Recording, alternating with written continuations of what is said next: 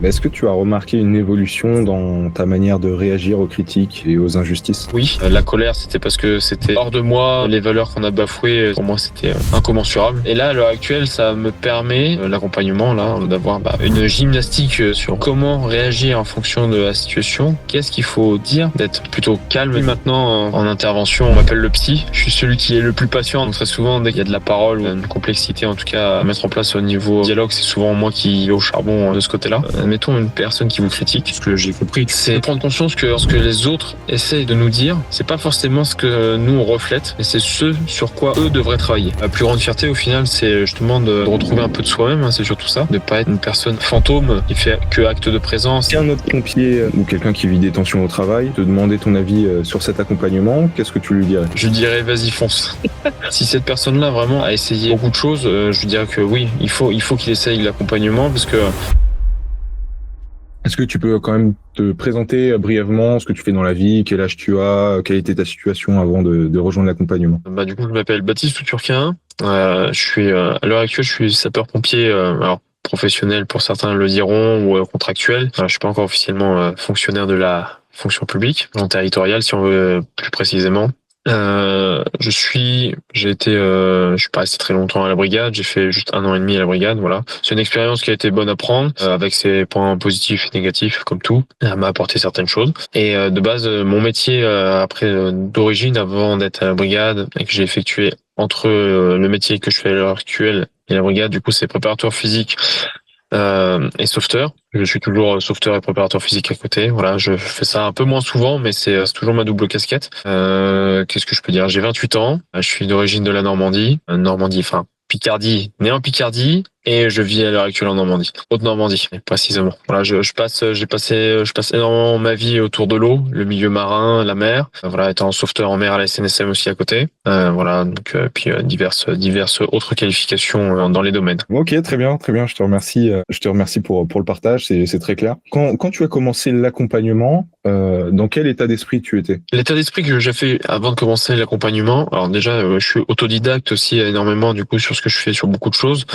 Voilà, je fais beaucoup de stages dans le milieu du sport. J'ai fait beaucoup de stages forcément à côté. Là, le fait de m'orienter sur l'accompagnement, c'est pareil. J'ai été autodidacte en lisant des livres sur le stoïcisme. Je m'intéressais énormément à Marc Aurèle parce que c'est une personnalité qui est quand même réputée. Si on regarde les films, il y a des films voilà un peu comme Spartiate ou des films justement qui en parlent. Alors on va pas plus loin précisément sur le sujet, mais quand on commence à s'intéresser réellement au personnage et qu'on commence à comprendre qu'il a écrit un livre, qu'il a écrit un bouquin justement sur ses pensées tous les jours. À l'issue de ça, en fait, j'ai lu le bouquin. Alors forcément, c'est pas évident à comprendre au début parce que il a sa manière de penser. C'est aussi un vieux français, un latin même sur un vieux latin. Et c'est complexe. C'est du grec. Marc Aurèle, il coupe rapidement, mais je pense que c'est important quand même de faire. La langue écrite à l'époque, c'était le grec, mais le parler, c'était le latin. Ah, et voilà, c'est ça. Voilà.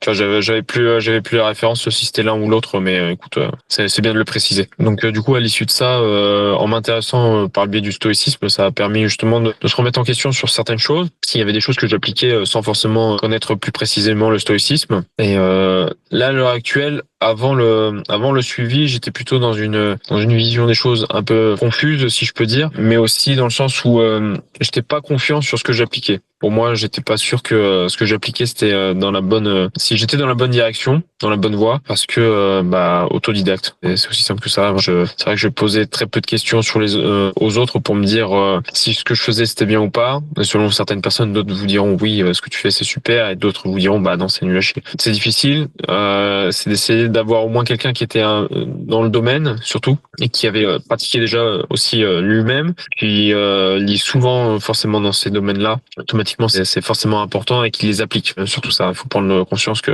c'est bien de les lire, mais c'est surtout aussi de les appliquer et d'avoir quelqu'un qui a lu, qui est dedans et qui les applique. Automatiquement fait que lui a un peu plus de finesse pour comprendre un petit peu ce que les personnes qui va suivre justement vont ressentir. Et ça, pour moi, c'est important, c'est essentiel. Et c'est comme ça que l'accompagnement avec Jules s'est fait, parce que je l'ai connu sur Instagram. Et en voyant justement ce qu'il faisait comme travail, le fait de lire ce que lui véhiculait aussi par le biais des réseaux sociaux, en discutant aussi, parce que c'est surtout par la discussion entre nous deux, justement en message privé, qu'on a permis de comprendre voilà l'un l'autre, savoir ce que moi je cherchais en tout cas, de comprendre qui j'étais, ce que je faisais, et c'est par le biais de ça en fait que derrière on a effectué le suivi. À l'issue du suivi, voilà, fait d'appliquer les principes et les concepts justement du stoïcisme. Moi, par le biais de ma méthode qui est vraiment que j'ai mise en place là depuis quelques mois, vraiment qui a été significative, c'est de me replonger justement sur mon écriture personnelle. Donc voilà, de vraiment prendre un cahier, un bouquin et d'écrire vraiment les choses qui sont importantes pour moi et sur lesquelles je dois vraiment bosser. Tout comme quand je faisais mes révisions dans mes études ou pour les différents examens ou formations que j'ai pu effectuer. Par le biais de l'écriture, je sais que j'apprends plus facilement. J'ai besoin d'écrire pour apprendre. Et en faisant ce travail d'écriture que j'ai effectué déjà pour mes révisions, en l'appliquant justement pour l'apprentissage et pour m'imprégner des principes du stoïcisme, eh bien pour moi ça a été une des clés qui m'a permis justement de me dire bah voilà, ce que je fais c'est oui, je suis d'accord avec ce que je fais et ce que je fais dans la vie et ce que j'écris, bah, je l'applique ou je le faisais déjà ou ce que je vais faire, je vais le mettre en place parce que je l'ai écrit. Donc pour moi, c'est comme si j'avais signé un contrat, il faut que je le fasse. Absolument, très bien, je suis totalement d'accord. Et c'était quoi les plus grandes difficultés que tu rencontrais, en tout cas avant de rejoindre l'accompagnement et au centre, avec la relation avec la hiérarchie, la confiance, la gestion des critiques, etc. C'était quoi les plus grandes difficultés? Les plus grandes difficultés que j'avais avec la hiérarchie, déjà le fait d'avoir l'accompagnement dans le milieu que je suis, c'est pour moi c'est important. Bah, pour certains me diront que c'est peut-être pas si important que ça, mais tout ce qui est sur les interventions, qui soient difficiles ou quoi que ce soit, c'est pas tant soit peu sur cette partie-là qui pour moi est le plus difficile, parce que ça en fait on en parle quand ça va pas, on en parle forcément entre nous. Après d'autres n'en parlent pas, mais c'est pas forcément la meilleure solution. Parce qu'à un moment donné, on sature, en fait, le fait d'accumuler l'ensemble de ces interventions fait qu'on sature à un moment donné. Ça vient pas forcément dans l'immédiat. Certains, ça vient tout de suite. D'autres, ça vient à moyen terme, d'autres à long terme. Tout va dépendre. L'intervention de trop qui fera que derrière, on va exploser ou on va craquer. Et on est tous humains. Donc, l'humanité, n'est pas fait pour accumuler autant d'événements difficiles, en tout cas, sans, en tout cas, en parler. Et la parole est en tout cas la seule solution ou le point névralgique qui permet de se soulager de ce poids-là. Étant donné, enfin moi de mon côté, tout ce qui est intervention difficile ou quoi que ce soit, on en discute, donc c'est pas trop sur cette problématique-là. C'est plutôt sur l'ambiance de travail qu'il y a en fait au sein du groupe en fait, on appelle ça. Donc c'est comme dans les forces spéciales ou quoi que ce soit, mais c'est dans un principe où on est tout le temps ensemble. On est dans un centre de secours. Voilà. Alors moi qui ai un centre de secours qui est petit, donc on a moins d'espace pour se retrouver seul ou quoi que ce soit, pour se retrouver avec soi-même. Le fait aussi d'avoir forcément des personnes avec des caractères qui sont différents, des fois bien trempés, spécifiques, à l'ancienne. Voilà, on a un peu de tout, hein, ça dépend. Pour moi, c'était important justement parce que la question d'adaptabilité, elle est présente surtout là. Pour moi, en tout cas, au niveau de l'ambiance de travail, plus que sur les interventions, dans le sens où on a tous un vécu différent, on fait un métier qui est exigeant, qui est censé être exigeant, mais qui l'est de moins en moins, alors que ça ne devrait pas l'être, justement. Du coup, l'exigence vis-à-vis de ça, bah, c'est aussi d'essayer de consolider un peu avec tout le monde. C'est-à-dire d'être un peu un caméléon, on appelle ça, justement d'être adaptable le plus possible en fonction des différentes personnalités. Il y en a certaines qui sont difficiles à accepter, d'autres où on se s'entend plus avec parce que bah, justement on est plus raccord avec. On est tous différents, on est tous on a toutes des valeurs différentes et qui sont propres à chacun. Et pour ça le suivi très clairement me permet de soulager ma si on peut appeler ça ma peine, mais qui permet de soulager mon mental sur ce que je fais, en tout cas sur mes actions. Le fait de l'écrire valide déjà le fait que c'est ça qu'il faut que je fasse. Le fait de l'appliquer me permet de prendre conscience que ce que j'ai écrit c'est vraiment la bonne chose à faire, et l'effet que ça produit derrière, c'est de se réconforter dans le sens ok, ce que j'ai écrit, ce que j'ai appliqué m'a permis d'en arriver là. Et à l'issue de ça, et à l'issue de ça, du coup, bah, de constamment s'améliorer, en fait. Et de dire, bah, voilà, faut que je garde cette ligne rouge, ce guide, justement, d'écriture pour que je puisse m'améliorer de jour en jour. En tout cas, moi, c'est ce qui me concerne et ça fonctionne, en tout cas. Et niveau émotion, qu'est-ce que ces situations elles généraient chez toi émotionnellement? Quel était ton rapport en fait à l'anxiété, la frustration, la colère, le stress? Comment est-ce que tu gérais tout ça émotionnellement? Alors, l'émotion, enfin en tout cas les émotions que je gérais avant avant l'accompagnement, si on peut dire que c'était un peu au jour le jour, on va dire. Comment je l'ai géré? Je l'ai géré à ma manière, on va dire, étant du milieu du sport, voilà, sur un travail respiratoire, ce que je continue toujours de faire. Mais c'est par le biais des mots justement. Ce qui me manquait forcément, hein, c'est le fait d'écrire les choses, m'empêchait d'exprimer au final ce que je ressentais. Le fait d'en parler, voilà, avec des personnes extérieures de la famille, hein, en l'occurrence, les personnes ne comprennent pas forcément parce qu'elles sont pas issues du milieu, et donc puis elles sont pas avant l'accompagnement, le stoïcisme pour beaucoup ne connaissent pas. Donc pareil, difficile d'exprimer les choses quand derrière il n'y a pas forcément de solution ou d'aide, en tout cas de ce côté-là. Émotionnellement, c'était difficile parce que des fois, oui, il y avait forcément du stress, le stress de bien faire tout le temps, le stress, enfin l'anxiété, forcément derrière, c'est l'anxiété qui est constante, hein, qui est présente. Fatigue, hein, forcément la fatigue, le fait d'être anxieux crée de la surfatigue, hein, derrière, hein, inconsciemment, hein. On s'en rend pas compte, mais inconsciemment ça crée de la surfatigue. Même si on essaie d'avoir un sommeil de qualité ou quoi que ce soit, rien à faire. On est constamment anxieux parce qu'on n'a pas, il y a un truc qu'on n'a pas réglé. Il y a un écrou, il y a une vis qui est dans le rouage, qui est encore présente et qui fait que tant qu'elle sera pas retirée, ça tournera pas correctement. Et là, à l'heure actuelle, c'est mieux parce que justement, avec Jules, je pense qu'on a trouvé en tout cas la solution, en tout cas la vis qui empêchait à l'ensemble de fonctionner en tout cas. Et je trouve que c'est mieux que ce que ça a été. En tout cas, là, à l'heure actuelle, je me sens mieux que avant l'accompagnement. Mentalement, c'est mieux. C'est très clairement, j'ai plus avancé avec Jules si je dis pas de bêtises. On a commencé en juin. En mai. Mais même, ouais, tu vois, j'avais un doute. J'avais un doute d'un mois, tu vois. Et on a commencé en mai et j'ai plus avancé avec lui en quelques mois là. Là, on est au mois d'octobre, que pendant toutes les années où j'ai pu essayer de travailler par moi-même ou même en allant voir des psys, hein, ou voir un hypnotiseur. J'ai pas eu de grosses avancées de ce côté-là. Par contre, ouais, j'ai cherché beaucoup par moi-même en trouvant la solution et justement en allant sur le stoïcisme, j'ai trouvé là, en tout cas ce sur quoi, en tout cas moi ça fonctionne parce que je suis vraiment la question des valeurs et des principes pour moi elle est importante. Très clairement quand je vois un film avec des préceptes ou dès qu'il commence à y avoir des choses ça tape tout de suite là. Donc bon c'est que à mon avis c'est que ça fait sens. Donc pour moi ça me paraissait normal et automatique en fait d'avoir ce genre de suivi là parce que ça me tire en fait. Ok, absolument. Petit aparté très rapidement. Qu'est-ce que tu dirais à ceux qui pensent que le stoïcisme est égal à la suppression des émotions? Je dirais que la suppression d'émotions, c'est, si on peut appeler ça. L'humain aura toujours des émotions. Il peut les cacher, mais en fait, il y a la réalité. Il y a le devant et il y a le off. Au devant, peut-être qu'il va essayer de les cacher, mais derrière, tout va péter. Tout pètera. Ou alors, il va le compenser sur autre chose. Il va fumer,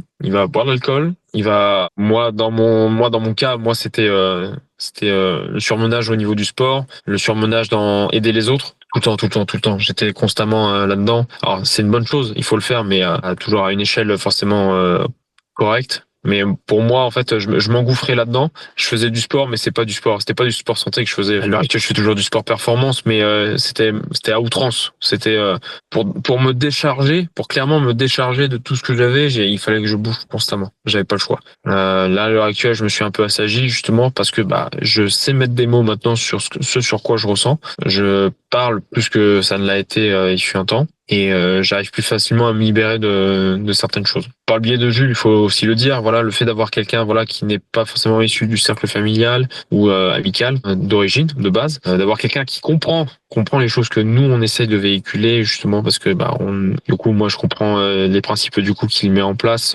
du fait que ça me touche, enfin en tout cas moi c'est important pour moi.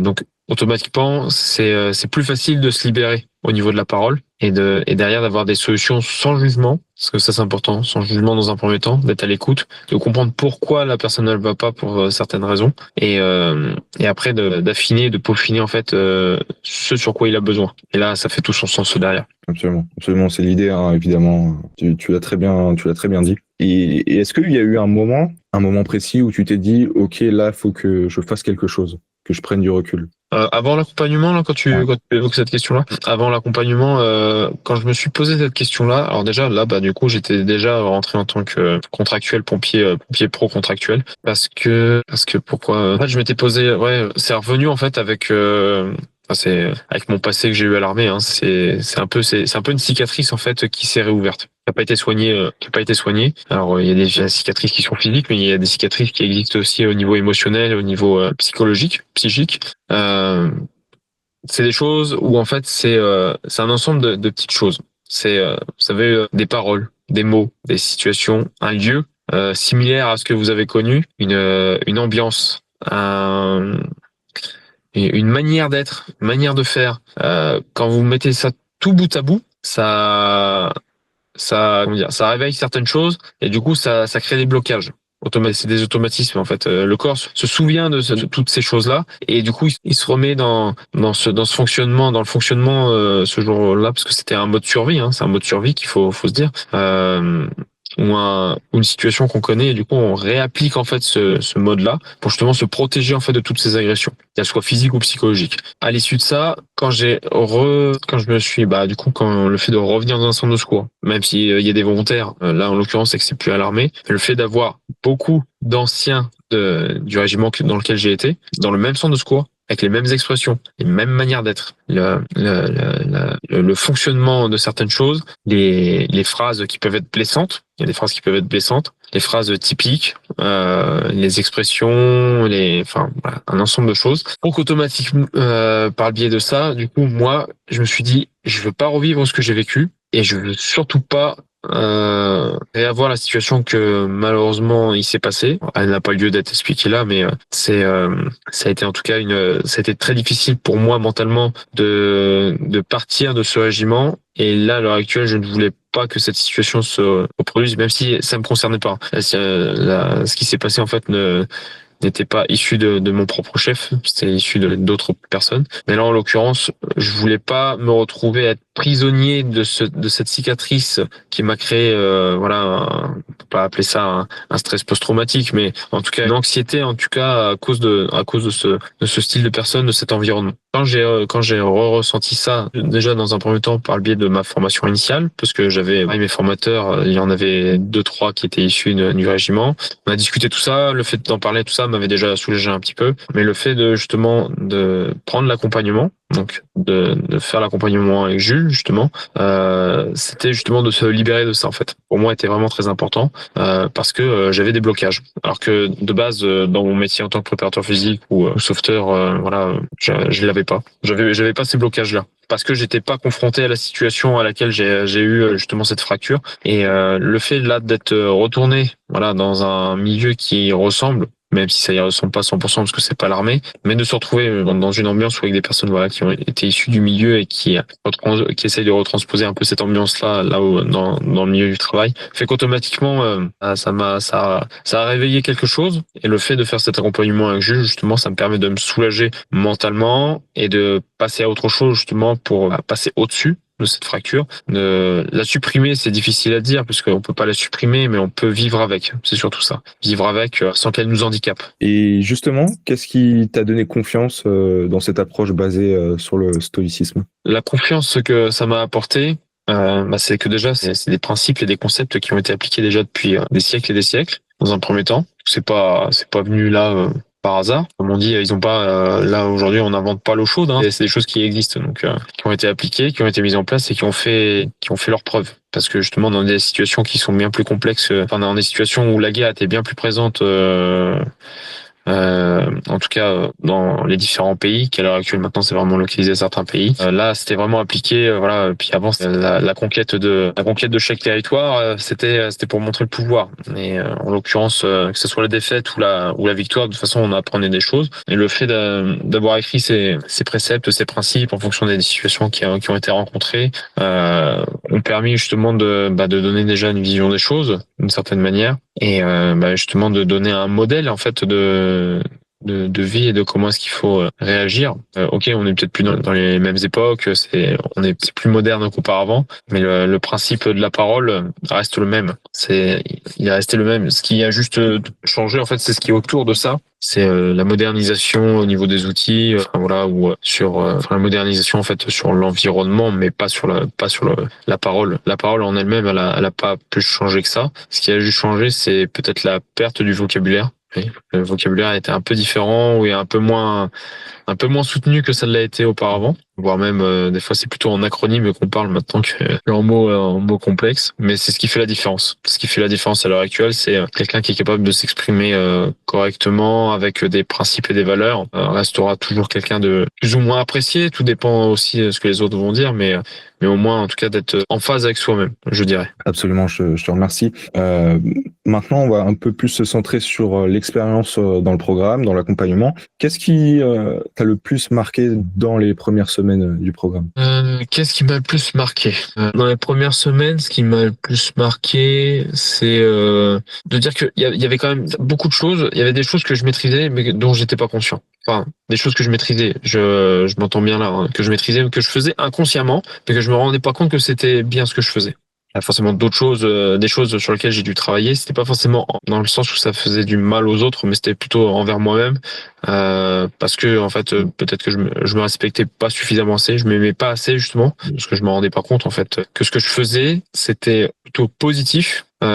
Parce que ça me permettait de moi-même de m'améliorer et justement en ayant ces mails justement tous les jours ou en tout cas qui arrivent, qui nous permettent de lire, de comprendre les choses simplement, parce que Jules fait un énorme travail derrière pour essayer comment dire, de comprendre les principes, en fait, les concepts avec des mots simples. Donc, il va donner forcément l'expression, mais que derrière, il va aussi expliquer les choses et qui sont parfaitement bien expliqués, qui, d'une certaine manière, du coup, nous font comprendre plus facilement, on va dire, les principes. Voilà. Et pour moi, je trouve que c'est important. Le fait aussi de fixer les objectifs sur lesquels il faut vraiment travailler en fonction de ce qu'on a dans la vie réelle. Il y a les principes, mais il y a aussi nos objectifs, surtout que nous, on a dans la vie réelle, qui sont ce sur quoi on doit travailler, mais que les principes vont venir justement corriger ou aligner en tout cas nos objectifs en donnant la ligne rouge, en fait, la ligne guide pour suivre le chemin. Je te remercie. Je te remercie. Voilà, l'objectif, c'est que ce soit compréhensible par un enfant de 6 ans. J'exagère évidemment, mais voilà, c'est que ce soit rendre la philosophie accessible à tous. Et finalement, c'est la continuité de ce que Zénon de Kition, le fondateur du stoïcisme, voulait. C'est rendre la philosophie accessible à tous les Athéniens. J'essaye de le rendre accessible à tout le monde. Tout le monde. À mon petit niveau, évidemment. Et c'est essentiel. Enfin, c'est le fait que ça soit compréhensible, voilà, à des enfants, justement, c'est essentiel puisque c'est ce qui leur permettra d'avoir l'ouverture d'esprit à la suite, ce qui manque cruellement, en tout cas, de nos jours. Absolument. Et pour revenir sur toi, comment est-ce que tu as vécu l'approche du stoïcisme appliquée à ta réalité de pompier, c'est-à-dire, voilà, à des situations très concrètes, parfois tendues? Elle est concrète parce que c'est, de toute façon, elle est concrète dans tout type de situation. C'est juste en fait qu'il faut l'appliquer en fonction du moment ou de l'environnement dans lequel on est. C'est forcément on n'applique pas ça du jour au lendemain. In fine, ça prend forcément du temps. Puis après, ça demande un peu de dextérité automatiquement. Hein. C'est comme tout exercice, ça demande de l'entraînement. C'est réfléchir aussi à ce qu'on a écrit, à se dire là c'est peut-être le moment justement de l'appliquer, de le mettre à ce moment-là, à cet endroit-là, de lire. Le lire constamment, en fait, ces notes ou en tout cas le travail que Jules met en place. En tout cas, le fait de le faire, en tout cas, de lire au maximum. Après, inconsciemment déjà, beaucoup de choses je les faisais de moi-même, mais le fait d'avoir appliqué les mots, du coup, je suis conscient de ce que je fais. Et je dirais ouais, c'est vraiment important d'appliquer à la situation ou aux situations qui sont difficiles, en tout cas dans notre quotidien, de les écrire pour se rendre compte précisément quelle est la situation précise dans laquelle c'est difficile, de cette situation qui est écrite ou en tout cas qui est imagée, de mettre les principes ou les concepts en tout cas qui peuvent en découler de ça et de se dire voilà, le jour où je rencontre cette situation-là, il faut que j'applique ça. Voilà. Et en appliquant ça, on verra automatiquement ce qui va se passer par la suite en fonction du ressenti de la personne en face, admettons qu'on apprécie plus ou moins, de l'effet que ça peut avoir derrière. Après, on peut toujours réajuster parce que chaque jour est un nouveau jour qui permet d'avoir une nouvelle expérience et une nouvelle manière de voir les choses. Donc pour moi, ouais, c'est important. C'est important en tout cas de faire ce travail-là. Absolument. Chaque jour, on a la possibilité de devenir meilleur et c'est pour ça qu'on se lève. Est-ce qu'il y a un principe stoïcien, un exercice particulier qui t'a aidé à te recentrer? Par exemple, ce qui dépend de moi, ce qui ne dépend pas de moi, la maîtrise des émotions, etc. Bah oui, en l'occurrence la maîtrise des émotions. Et puis là surtout ce qui a fait foi, c'était, je sais plus si c'était au dernier appel ou à l'avant-dernier, mais quand je t'avais dit justement que quand on commençait à arriver sur le thème du leadership, il y a eu deux trois petites phrases qui ont fait sens et quand on en a discuté avec Jules, même lui avait dit ouais, on a tapé dedans, on est dans le panier là, donc il m'avait dit prends le temps de faire surtout les choses parce que là pour le coup du coup j'étais pressé de l'acquérir la compétence comme on dit. C'est comme tout, faut pas être pressé, c'est comme tout. Pourtant je suis quelqu'un qui est assez patient, mais là pour le coup cette fois j'étais un peu j'étais moins patient sur celle-là et ça je l'admets totalement. C'est comme tout, on a nos défauts, nos qualités en fonction de en fonction de la situation et de la compétence qu'on veut acquérir. Et celle-là, elle a fait sens parce qu'il y a eu deux phrases justement. Alors je saurais plus dire précisément en tête lesquelles que c'était, mais celle en tout cas sur le leadership qui démontrait justement la capacité à arriver à déterminer le fait d'être compétent sans en n'étant pas forcément dans la position de force entre guillemets.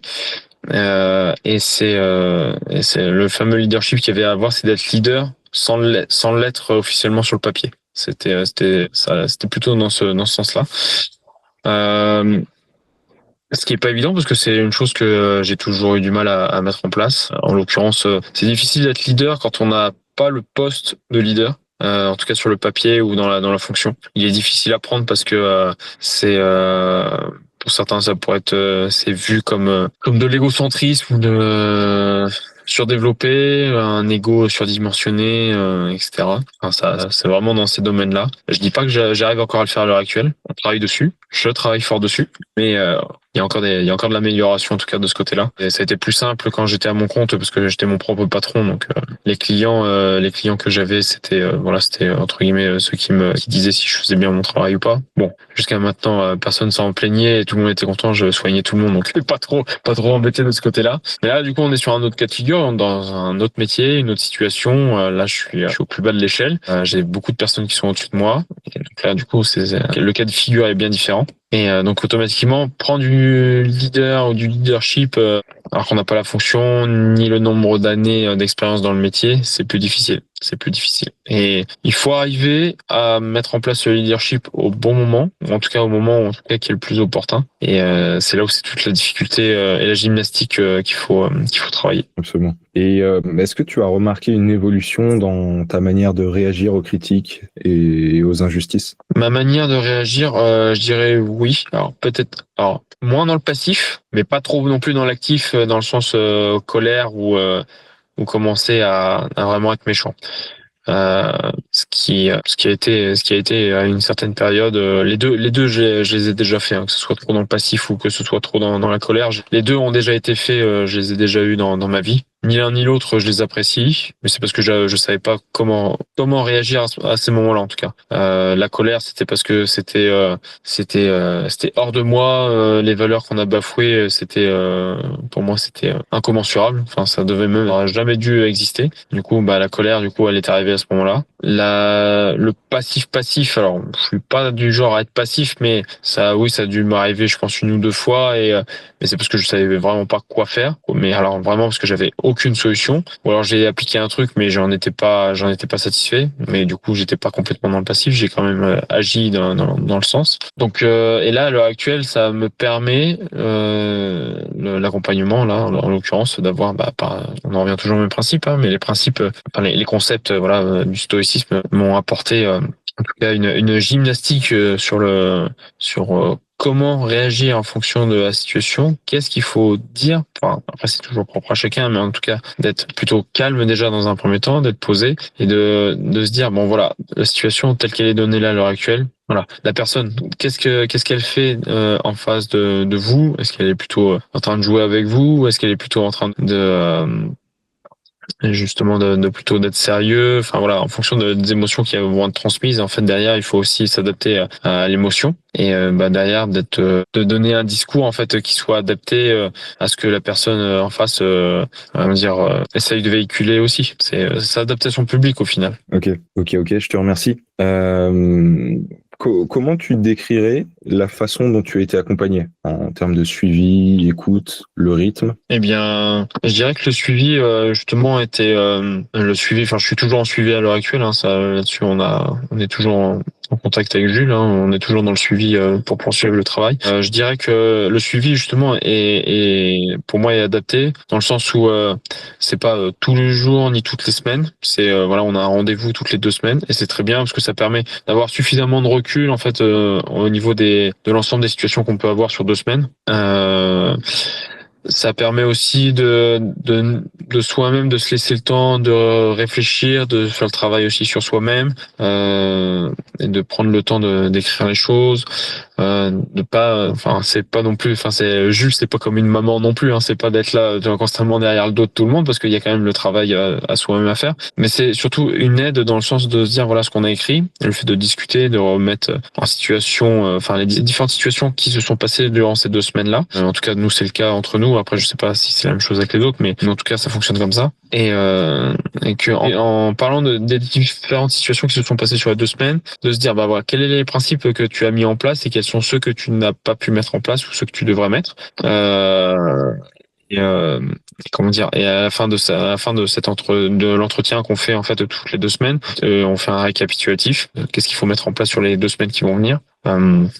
Et puis après, bah, de toute façon, après, c'est les mails qui sont envoyés tous les jours, qui permettent de donner d'autres informations supplémentaires, alors qui sont pas forcément sur ce sur quoi on a travaillé, sur l'entretien vocal, mais qui apportent d'autres choses, différentes choses. Et c'est ce qui permet d'ouvrir encore davantage l'esprit au final. Exactement, super. C'est l'objectif. C'est l'objectif, c'est l'objectif. Maintenant, si tu regardes le Baptiste d'avant et celui d'aujourd'hui, quelles sont les plus grandes transformations que tu vois? La plus grande transformation, je dirais plus d'aisance déjà avec le public avec lequel je travaille aujourd'hui. Tu fais que là, mes collègues, du coup, c'est surtout ça, parce que dans le milieu, en intervention, on m'appelle le psy. Parce que je suis celui qui est le plus patient en intervention. Donc très souvent, dès qu'il y a de la parole ou une complexité, en tout cas, à mettre en place au niveau dialogue, c'est souvent moi qui vais au charbon de ce côté-là. Donc je dirais, c'est plutôt dans l'ensemble, plutôt sur l'ambiance de travail sur lequel on a travaillé, dans lequel à l'heure actuelle, oui, je me sens beaucoup mieux, plus à l'aise. Je suis moins anxieux que ce que je l'ai été auparavant. Ça, c'est clair. On peut pas se le cacher là-dessus. Ce qui fait foi aussi, c'est le fait que je bouge aussi à côté. Enfin, la nourriture, le sport, le sommeil, qui sont importants. Mais le fait d'avoir ça en plus, parce que c'est l'aspect psychologique et qui fait partie en fait vraiment de cette base qui est vraiment essentielle.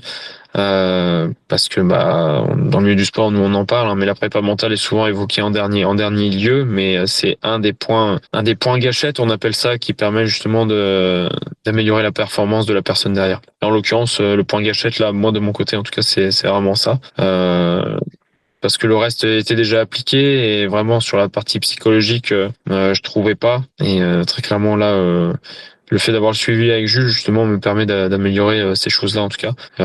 Comme je le dis à chaque fois à mes collègues ou à chaque fois qu'ils me disent à mes amis quand ils voient la vidéo avec moi et Jules sur le premier sur le premier dialogue qu'on a fait à mon insu, mais qui était intéressant parce que au final on a fait a cappella et très clairement oui ça a apporté des choses parce que au niveau du dialogue je suis plus dans l'aisance déjà parce que voilà c'est une ambiance spéciale spécifique. Et j'en parle autour de moi et je leur dis à chaque fois bah oui bah lui c'est mon prépa mental, voilà. Il y a d'autres types de prépa mental, mais lui c'est mon prépa mental, ouais.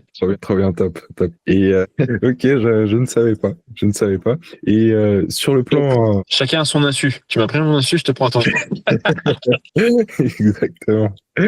Exactement. Et sur le plan comportemental, est-ce que tu as remarqué que tu réagissais différemment sur le terrain et face à ta hiérarchie, pardon? Oui, très clairement, oui. En fait, ce dans lequel je me sens là à l'heure actuelle vis-à-vis de mes collègues, c'est je me retrouve un peu plus comme la personne quand j'étais à mon compte. Enfin, en tout cas, quand je bossais tout seul. Enfin, moi-même, sans avoir de supérieur, en tout cas au-dessus. Mais mes supérieurs, si on pouvait dire, c'était mes clients. Mais voilà, mes clients, ils venaient aussi pour la prestation, donc c'est différent que là. J'ai une hiérarchie, donc c'est un autre mode. Hein. C'est bien différent, c'est bien distinct. Et en l'occurrence, oui, je me sens en fait, je me sens moi-même. Je me sens ce que j'étais en bossant tout seul. Je le suis maintenant, en tout cas dans mon travail maintenant, avec ma hiérarchie. Top. Franchement, c'est top ce que tu viens de dire.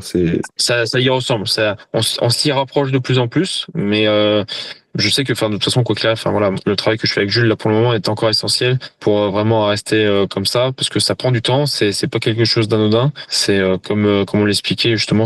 Pour moi, ça a été une fracture psychologique à un moment donné de ma vie dans le milieu de l'armée. Le fait que ça soit sur le même métier, mais qui est pas dans le même statut, il y a encore du travail à faire et pour moi, pour l'instant, ça me fait du bien en tout cas de dialoguer avec lui, d'avoir ses retours, de faire mon travail et que lui voit que le travail que j'applique c'est essentiel et qu'il voit que ça fonctionne.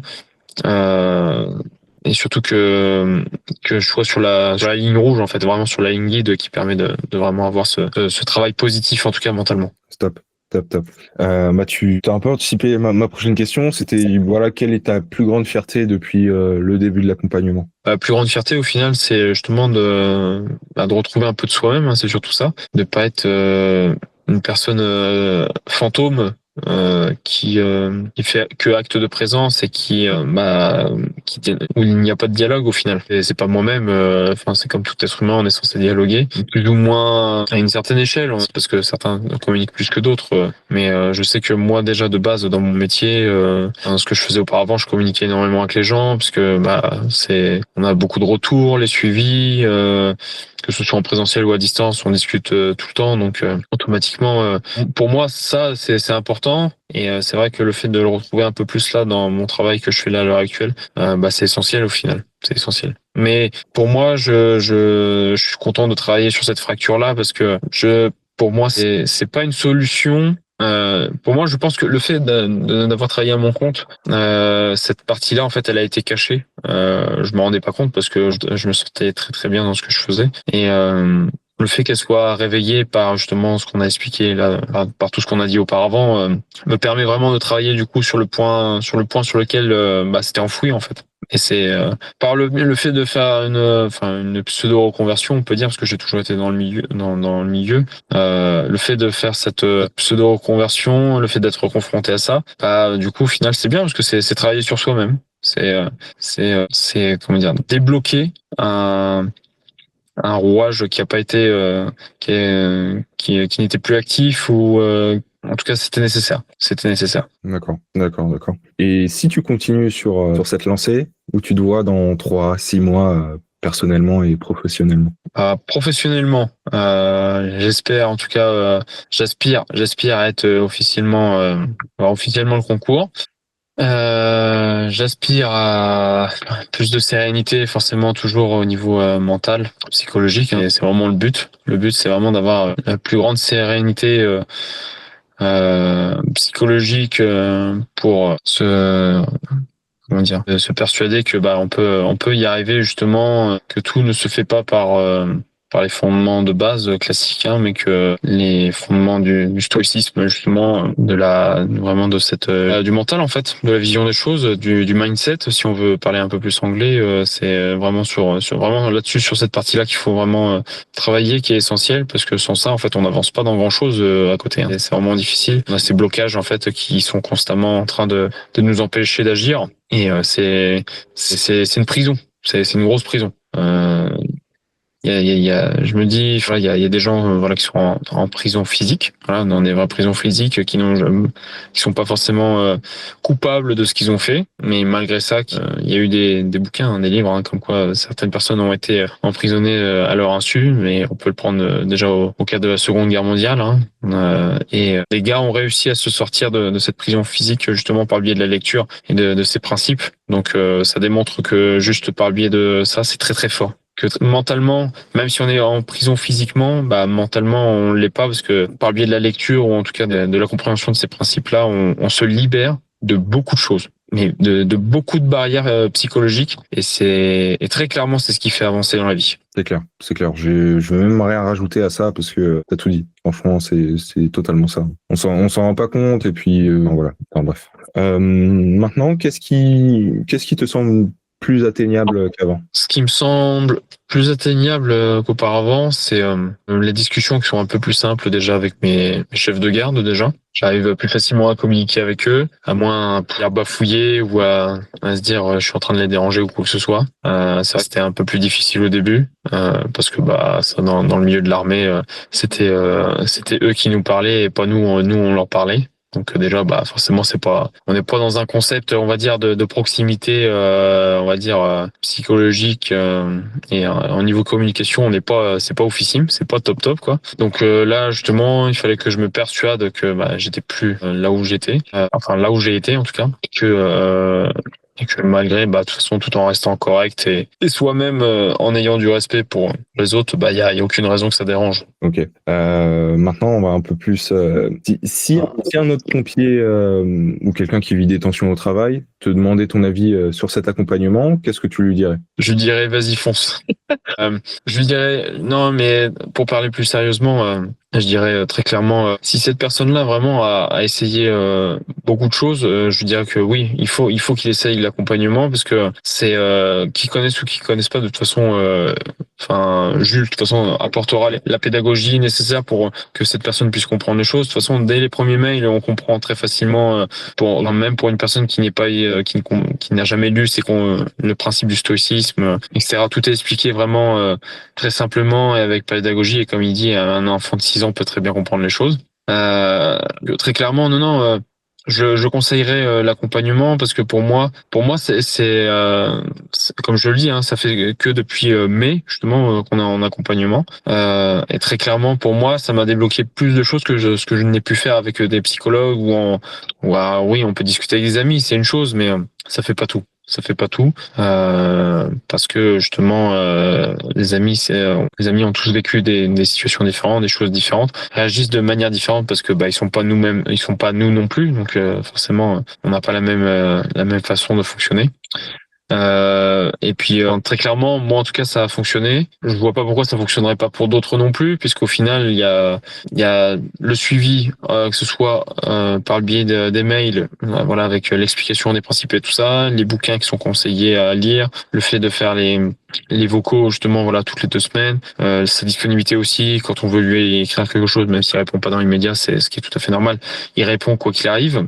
Voilà en donnant d'autres pistes donc oui forcément l'accompagnement je le conseille parce que c'est pour moi le suivi c'est essentiel pour pouvoir progresser en tout cas. Je te remercie. Ok. Et quel conseil tu donnerais pour garder la tête froide face aux critiques ou à l'injustice? Le conseil que je pourrais donner pour garder vraiment cette tête froide c'est de prendre conscience que en fait c'est ce que les autres essayent de nous dire, c'est pas forcément ce que nous on reflète, mais c'est ce sur quoi eux devraient travailler. Si on explique le principe, c'est simple, c'est admettons une personne qui critique, qui vous critique. Est-ce que elle-même déjà elle applique le concept déjà dans un premier temps? Donc est-ce qu'elle fait elle le nécessaire de travailler sur elle-même pour ne pas être ce qu'elle vient de vous dire? Et dans un deuxième temps, le fait justement de comprendre les principes, le fait d'être dans cette dynamique du stoïcisme, ou en tout cas de faire cette gymnastique de travail que là moi je fais avec Jules. Ces cas-là, je les rencontre moins. Il y en a toujours, mais il y en a moins. Du fait que je suis conscient de ce que je fais, de ce que j'applique, que je suis droit dans mes bottes. Voilà, je cherche pas à viser à côté, je suis dedans et mon but c'est d'être dedans le plus souvent possible, le plus constant possible pour avoir vraiment cette sérénité d'esprit la plus jusqu'à mort, jusqu'à ce que mort s'en suive, comme on dit, memento mori. Donc voilà, c'est très clairement c'est ça. Ok. Bon, on arrive sur la fin. Je te remercie déjà d'avoir partagé tout ça. Je suis persuadé que ça aidera de nombreuses personnes. Et pour conclure, qu'est-ce qui, selon toi, rend cet accompagnement différent des autres approches? Après, c'est différent. Après, moi, c'est le seul accompagnement que j'ai pu faire réellement sur de la prépa mentale, sur stoïcisme, ou enfin, en tout cas sur la partie psychologique mentale, tu vois. J'ai fait, j'ai fait des formations, tout ce qui va être le business et tout ça, mais c'est encore différent. C'est d'autres choses, c'est un autre domaine. On n'applique pas, on en parle forcément, mais c'est différent parce que c'est pas sur des situations, dire précises dans certains contextes. C'est appliqué, on va dire, sur l'investissement, sur le fait d'être à son compte, d'être son propre patron. Mais en tout cas, dans le domaine qu'on a fait là, c'est le premier, c'est le seul que j'ai fait là. Ok. Bon, très bien. Je te remercie, Baptiste, pour le partage. Je suis persuadé que ton parcours va inspirer énormément de personnes. En tout cas, moi, il m'inspire déjà parce que voilà, il y a cette anticipation. Voilà, je tiens à le dire. Des événements, t'as pas attendu d'être dans la mouise, comme on pourrait dire, pour commencer à agir. Tu anticipes et c'est pas le cas de 80-95% des personnes. Ouais, tout à fait. Et puis, faut anticiper, mais d'une certaine manière, tu vois, j'avais déjà ce mal-être qui se faisait ressentir. Donc, je sais pas si on peut dire anticiper, mais en tout cas, je pense que j'ai agi au bon moment, en tout cas. Au moment peut-être le plus opportun pour pas se retrouver vraiment au fond du trou à peiner, tu vois. Je pense que c'était au bon moment. Absolument.